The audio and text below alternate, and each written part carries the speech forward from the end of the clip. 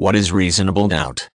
Reasonable doubt, in law terminology, refers to the level of surety that a judge and/or juror must have about whether the defendant committed a crime in order to render a guilty verdict. In the United States and many other jurisdictions, all elements that prove the guilt of a defendant must be proven in court to be true beyond a reasonable doubt. This means that if there is a real question about the truth of a fact that proves guilt, such as a valid question about the defendant's presence at a crime scene, the defendant should be found not guilty. The concept of reasonable doubt is connected to the idea that a defendant is seen to be innocent until proven guilty, as is the case in the U.S. and many other countries. Under this assumption, proof of guilt must be certain beyond a reasonable doubt in the eyes of the judge and/or jury in order for a guilty verdict to be handed down.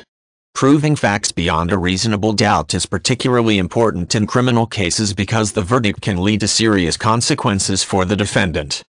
In civil cases, by contrast, a preponderance of evidence can be sufficient to settle the case in either party's favor.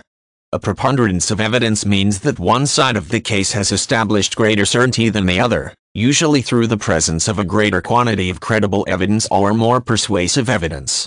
Even a small amount of additional evidence can make the difference in settling a case when only a preponderance of evidence is necessary. In a criminal case, a jury typically must have an abiding conviction, proved by evidence that can be accepted as true because the facts of the case support it beyond reasonable doubt. This could include eyewitness accounts or other evidence that removes valid questions about guilt. Juries must carefully consider all evidence presented in a trial to ensure that evidence that might lead to a conviction has been proved beyond reasonable doubt. Another term related to the idea of reasonable doubt is the burden of proof. This refers to which party in a court case carries the responsibility of proving its case. In a criminal trial in the U.S. and many other countries, the burden of proof lies with the prosecution. Instead of the defense needing to prove a defendant's innocence, the prosecutor must prove guilt. Though which party has the burden of proof appears to be a subtle difference, it makes a major difference in how a trial is carried out.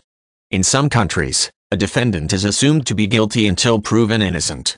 This places a significant burden of proof on the defendant's legal representation and could result in a conviction if innocence cannot be proved, even if the defendant is, in fact, innocent.